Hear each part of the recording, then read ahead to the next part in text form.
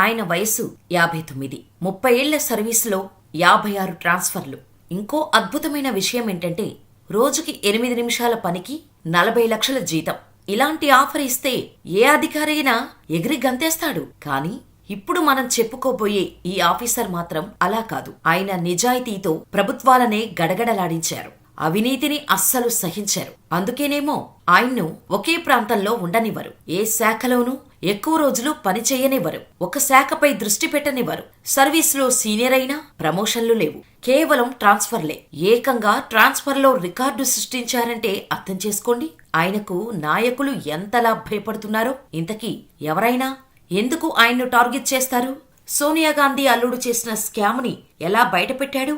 ఆ స్కామ్ వల్ల ఎలాంటి పరిణామాలు ఎదుర్కొన్నారు అనే విషయాలు తెలియాలంటే ఈ వీడియో చివరి వరకు చూడాల్సిందే. వీడియో ఇంట్రెస్టింగ్ గానే కాదు, చాలా ఇన్స్పైరింగ్ గా కూడా ఉంటుంది. మేమిచ్చే ఇన్ఫర్మేషన్ క్లియర్ గా అర్థం చేసుకోవాలంటే వీడియోని ఎక్కడా స్కిప్ చేయకుండా చివరి వరకు చూడండి. అయితే దానికి ముందు చిన్న రిక్వెస్ట్. ఇప్పటి వరకు మా ఛానల్ ని సబ్స్క్రైబ్ చేసుకోని వారుంటే వెంటనే సబ్స్క్రైబ్ చేసుకుని పక్కనే ఉన్న బెల్ ఐకాన్ కొట్టేసి నోటిఫికేషన్ ఆన్ లో పెట్టుకోండి. వీడియో నచ్చితే లైక్ చేసి మాకు కొంచెం సపోర్ట్ చేయండి. అలాగే చివర్లో మీ అభిప్రాయాన్ని మాకు కామెంట్ చేయడం మాత్రం అస్సలు మర్చిపోవద్దు. ఇక వీడియో స్టార్ట్ చేసేద్దాం. అశోక్ ఖేమ్కా పశ్చిమ బెంగాల్లోని కోల్కతాకు చెందిన ఈయన 1991 బ్యాచ్ కు చెందిన సీనియర్ ఐఏఎస్ అధికారి. పుట్టి పెరిగింది అంతా కోల్కతాలోనే. దిగువ మధ్యతరగతి కుటుంబానికి చెందిన కుటుంబంలో పుట్టినా చదువుని ఏమాత్రం నిర్లక్ష్యం చేయలేదు. ఐఐటి ఖరగ్పూర్ నుంచి బీటెక్ కంప్యూటర్ సైన్స్ లో పీహెచ్డీ, ఎంబీఏలలో పట్టా పొందాడి సరస్వతి పుత్రుడు. ఏది చదివినా ఆ సబ్జెక్టుపై పట్టు సాధించేవారు. ఈ క్రమంలోనే సివిల్స్ ని క్రాక్ చేసి హర్యానా క్యాడర్ కు ఎంపికయ్యారు. నీతికి నిజాయితీకి అద్దం లాంటి వ్యక్తి అధికారి అశోక్ ఖేమ్కా. ఉన్నది ఉన్నట్టు చెప్పే ముక్కుసూటితనం. ఎదుట ఉన్నది ఎంత పెద్దవారైనా సరే తప్పు చేస్తే వదిలిపెట్టని నైజం ఖేమ్కాకే సొంతం. అయితే సాధారణంగా ఈ గుణాలు అందరికీ నచ్చవు, ముఖ్యంగా పాలకులకు. అందుకే ఆయనను ఎక్కడా స్థిరంగా పని చేయనివ్వకుండా ఎక్కడికెళ్లినా ట్రాన్స్ఫర్లు చేస్తూనే ఉంటారు. అయినా సరే వెనక్కి తగ్గకుండా ఎక్కడా రాజీ పడటం లేదు. బదిలీ అయిన శాఖ గురించి క్షుణ్ణంగా తెలుసుకునేలోపు మళ్లీ ట్రాన్స్ఫర్ లెటర్ చేతిలో పెట్టి మరో శాఖకు పంపించేస్తూ ఆయన సహనాన్ని పరీక్షిస్తున్నారు. ఆయన పేరు చెబితే వణికిపోయే నాయకులు. ఆయన 30 ఏళ్ల సర్వీసులో ఇప్పటివరకు 56 సార్లు బదిలీ చేసేశారు. అయినా సరే ఎక్కడా భయపడకుండా అవినీతికి వ్యతిరేకంగా ఆయన పంథాలో పనిచేసుకుంటూ వెళ్తున్నారు. అశోక్ ఖేమ్కా అనే పేరు 2012లో ప్రియాంక గాంధీ భర్త Robert Vadra land deal mutation ను రద్దు చేయడంతో ఒక్కసారిగా దేశమంతా మారుమోగింది. డిఎల్ఎఫ్ భూకబ్జా కేసుగా పాపులర్ అయిన ఈ కేసుతో కాంగ్రెస్ ప్రభుత్వంతో వైరం మరింత ముదిరింది. అవినీతి చేసింది మాజీ కాంగ్రెస్ అధినేత్రి సోనియా గాంధీ అల్లుడు ప్రియాంక గాంధీ భర్త అని చూస్తూ ఊరుకోలేదు. రాబర్ట్ వాద్రా చేసిన భూకబ్జాలను ఆధారాలతో సహా బయటపెట్టడంతో కాంగ్రెస్ ప్రభుత్వానికి పెద్ద తలనొప్పిగా మారారు ఖేమ్కా. డిఎల్ఎఫ్ భూకబ్జా కేసు అప్పటి కాంగ్రెస్ ప్రభుత్వ హయాంలో సీఎంగా ఉన్న భూపేందర్ సింగ్ హుడా ప్రభుత్వ హయాంలో జరిగింది. హర్యానాలోని అమీపూర్ గ్రామంలో జరిగిన 50 ఎకరాల భూకబ్జాకు సంబంధించింది. 2007లో రాబర్ట్ వాద్రా స్కైలెట్ హాస్పిటాలిటీ అనే సంస్థను ₹1,00,000 పెట్టుబడితో ప్రారంభించారు. ఆ తర్వాత 2008లో గుర్గావ్లో ఓంకారేశ్వర్ ప్రాపర్టీస్ నుంచి 7.5 కోట్ల రూపాయలకు సుమారు 3.5 ఎకరాల భూమిని కొనుగోలు చేశారు. మరుసటి రోజే ఆ భూమి స్కైలెట్ హాస్పిటాలిటీకి మ్యూటేషన్ అయింది. కేవలం 24 గంటల్లోనే రాబర్ట్ వాద్రాకు భూమి బదలాయింపు ప్రక్రియ జరిగింది. అయితే ఈ ప్రాసెస్ పూర్తిగా కంప్లీట్ కావటానికి సాధారణంగా అయితే 3 నెలల టైం పడుతుంది. కానీ నెల తర్వాత అక్కడ బిల్డింగ్ కన్స్ట్రక్షన్ చేసేందుకు అప్పుడే భూపేందర్ సింగ్ హుడా నేతృత్వంలోని హర్యానా ప్రభుత్వం నుంచి అనుమతి వచ్చింది. దీంతో ఆ భూమి విలువ అమాంతంగా పెరిగిపోయింది. డిఎల్ఎఫ్ సంస్థ 2002 జూన్లో ఈ ఫ్లాట్ను 58 కోట్లకు కొనేలా ఒప్పందం కుదుర్చుకుంది. అంటే కేవలం కొన్ని నెలల్లోనే వాద్రా ఆస్తి విలువ దాదాపు 700% పెరిగింది. అప్పటి director general consolidation of land holdings and land records come inspector general of registration గా ఉన్న అశోక్ ఖేమ్కా డిఎల్ఎఫ్ సంస్థ ద్వారా జరిగిన అవినీతిని గుర్తించారు. బిల్డర్స్ రైతుల నుంచి భూమిని ఎలా తక్కువ ధరలకే లాక్కున్నారు, ప్రభుత్వం భూచట్టంలోని సెక్షన్ 4ని అమలు చేసేలా ఎలా చేశారో ఖేమ్కా కనిపెట్టి భూ ఒప్పందం మ్యూటేషన్ ను రద్దు చేశారు. భూచట్టంలోని సెక్షన్ 4 అంటే ప్రజా ప్రయోజనం అంటే ఏదైనా పెద్ద పెద్ద కంపెనీలు, హాస్పిటల్స్ వంటి నిర్మాణాలకు రైతుల నుంచి భూమి సేకరించటం. రైతులు తమ భూమిని ఇచ్చేందుకు నిరాకరిస్తే భూమిని ప్రభుత్వమే స్వాధీనం చేసుకోవచ్చు అన్నమాట. దీనికోసం సెక్షన్ 6ని అప్లై చేశారు.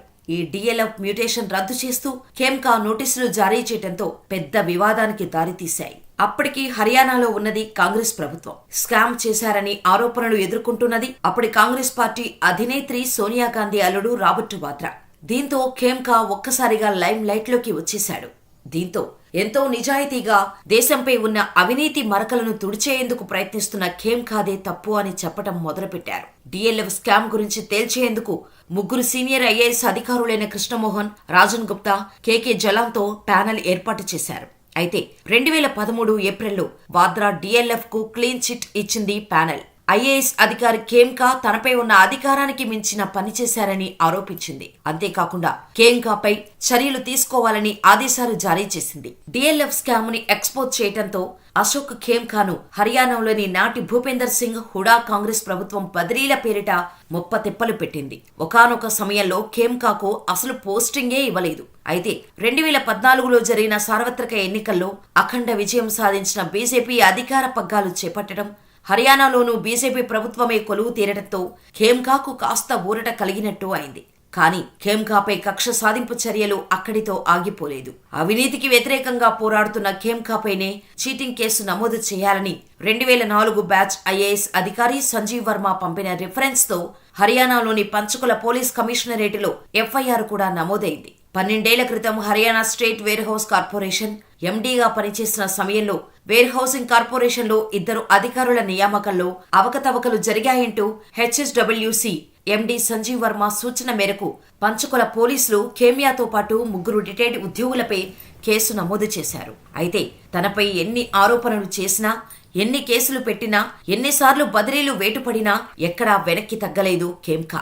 తన జీవితాన్ని కుదిపేసిన వాద్రా డిఎల్ఎఫ్ భూముల ఒప్పందంపై అస్సలు మాట మార్చలేదు. ఈ కేసు జరిగి దాదాపు 10 ఏళ్లు దాటుతున్నా కేసు దర్యాప్తు ఎందుకు నెమ్మదిగా సాగుతుందని 2014లో ప్రధాని నరేంద్ర మోడీ ఇచ్చిన హామీని ప్రస్తావిస్తూ హర్యానా ప్రభుత్వానికి లేఖ రాశారు. అయితే ఖేమ్కా పోస్ట్ పోల్ కోడ్ను ఉల్లంఘించడమే కాకుండా శత్రుత్వాన్ని ప్రోత్సహిస్తున్నారని మరో సీనియర్ ఐఏఎస్ అధికారి సంజీవ్ వర్మ హర్యానా ప్రభుత్వ ప్రధాన కార్యదర్శికి లేఖ రాశారు. ఖేమ్కాపై క్రమశిక్షణ, క్రిమినల్ చర్యలు తీసుకోవాలని కోరారు. అయితే ఇలా రాబర్ట్ వాద్రా ఒక్క కేసే కాదు, తనను బదిలీ చేసిన ప్రతి శాఖలో ఉన్న ప్రతి అవినీతిని వెలుగులోకి తీసుకువస్తూ విజిల్ బ్లోయర్ గా మారారు Khemka. Haryana seeds development corporation limited managing director గా ఖేమ్కా అపాయింట్ అయిన 5 నెలల్లోనే దానిలోని అక్రమాలను బయటపెట్టారు. దీంతో వెంటనే అంటే ఏప్రిల్ 4, 2013న అక్కడి నుండి ట్రాన్స్ఫర్ చేసేశారు పాలకులు. ఖేమ్కాను ఎప్పుడు బదిలీ చేసినా ఆయన ఎక్స్పీరియన్స్ కు సంబంధం లేని పదవిలో కూర్చునేలా చేసేవారు. అంతేకాకుండా అంతగా ప్రాధాన్యత లేని శాఖల్లోనే విధులు నిర్వహించేలా చేసేవారు. కానీ ఇవేమీ పట్టించుకునేవారు కాదు ఖేమ్కా. తన ముక్కుసూటితనంతో ఏ క్షణంలో ట్రాన్స్ఫర్ లెటర్ వస్తుందో తెలియక ఎప్పుడూ లగేజీని సర్దుకుంటే ఉంటారంట ఖేమ్కా. ఎన్నిసార్లు ఎక్కడికి ట్రాన్స్ఫర్ చేసినా తన ఎక్స్పీరియన్స్ ని దృష్టిలో పెట్టుకుని ఎక్కువ పని ఉండే శాఖకు బదిలీ చేయండి అని అంటుంటారు ఖేమ్కా.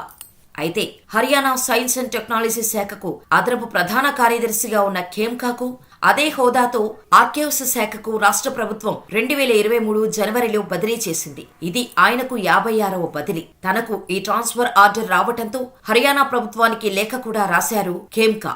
ఆ లేఖలో ఆయన నన్ను జనవరి 9న ఆర్కైవ్స్ విభాగానికి బదిలీ చేస్తున్నట్టు ఉత్తర్వులు ఇచ్చారు. అయితే ఈ శాఖ వార్షిక బడ్జెట్ 4 కోట్ల రూపాయలు. రాష్ట్ర బడ్జెట్లో ఆ మొత్తం 0.0025% కంటే తక్కువే.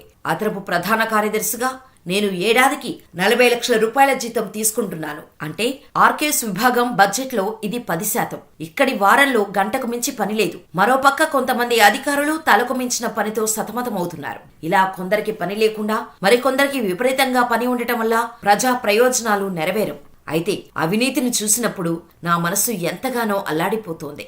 వ్యవస్థకు పట్టిన క్యాన్సర్ను వదిలించాలంటే తపనతో నా కెరీర్ను పణంగా పెట్టాను. అవినీతిని అంతం చేసే విషయంలో బిజినెస్ విభాగం ముఖ్యమైంది. కెరీర్ చివరి దశలో ఉన్న నేను ఈ విభాగంలో సేవలు అందించాలనుకుంటున్నాను. నాకు అవకాశం ఇస్తే అవినీతికి వ్యతిరేకంగా నిజమైన యుద్ధం జరుగుతుందని హామీ ఇస్తున్నాను అంటూ ఖేమ్కా లేఖలో పేర్కొన్నారు. కానీ ప్రభుత్వం నుంచి ఎటువంటి సమాధానం రాలేదు. ఖేమ్కా తన కెరియర్లో ఎక్కువగా ప్రాధాన్యత లేని శాఖల్లోనే పనిచేశారు. పోనీ అక్కడైనా స్థిరంగా ఉంచారా అంటే అదీ లేదు. సగటున 6 నెలలకు ఒక్కసారి ట్రాన్స్ఫర్ అయ్యారు. ఆర్కైవ్స్ శాఖలో పనిచేయటం ఇది 4వసారి. తొలిసారిగా ఆయనను 2013లో ఆ శాఖకు బదిలీ చేశారు. ఇక 2025లో ఆయన పదవీ విరమణ చేయనున్నారు. ఇంకా 1 సంవత్సరం సర్వీస్ ఉండటంతో విజిలెన్స్ శాఖలో అవకాశం ఇవ్వాలని కోరుతున్నారు ఖేమ్కా. రోజుకు 8 నిమిషాలు మాత్రమే పని. అంతకుమించి కష్టపడాల్సిన అవసరమే లేదు. ఆ చిన్న పనికి అక్షరాల ఏడాదికి 40 లక్షల రూపాయల జీతం వస్తుంది. బహుశా ప్రపంచంలోనే ఇంతటి సౌకర్యవంతమైన పని మరొకటి ఉండదు కదా. ఇటువంటి బంపర్ ఆఫర్ ఎవరికైనా వస్తే ఎగిరి గంతేస్తారు. కానీ అశోక్ ఖేమ్కా మాత్రం తనకు ఈ ఆఫర్ వద్దని చెబుతున్నారంటే ఆయన క్యారెక్టర్ ఎటువంటిదో అర్థం చేసుకోవచ్చు. ఇలాంటి అధికారులు ప్రస్తుత సమాజంలో చాలా అరుదుగా ఉంటారు. వారిని జాగ్రత్తగా కాపాడుకునే హక్కు మనపై ఉంది. మరి అశోక్ ఖేమ్కాపై మీ అభిప్రాయాన్ని కామెంట్ చేయండి. మా ఇన్ఫర్మేషన్ నచ్చితే మీ ఈ వీడియో లైక్ చేసి మా ఛానల్ ని సబ్స్క్రైబ్ చేసుకోండి. ఇలాంటి మరెన్నో అద్భుతమైన వ్యక్తులు, inspiring and motivational real life stories కోసం మన ఛానల్ ని వెంటనే సబ్స్క్రైబ్ చేసుకొని పక్కనే ఉన్న బెల్ ఐకాన్ కొట్టేసి నోటిఫికేషన్ ఆన్ లో పెట్టుకోండి. అందరిలో స్ఫూర్తిని నింపి కనీసం కొందరిలోనైనా మార్పు తీసుకురావడమే మా లక్ష్యం. దయచేసి వీడియోని ప్రతి ఒక్కరికి షేర్ చేయండి. మాలో భాగమవ్వండి.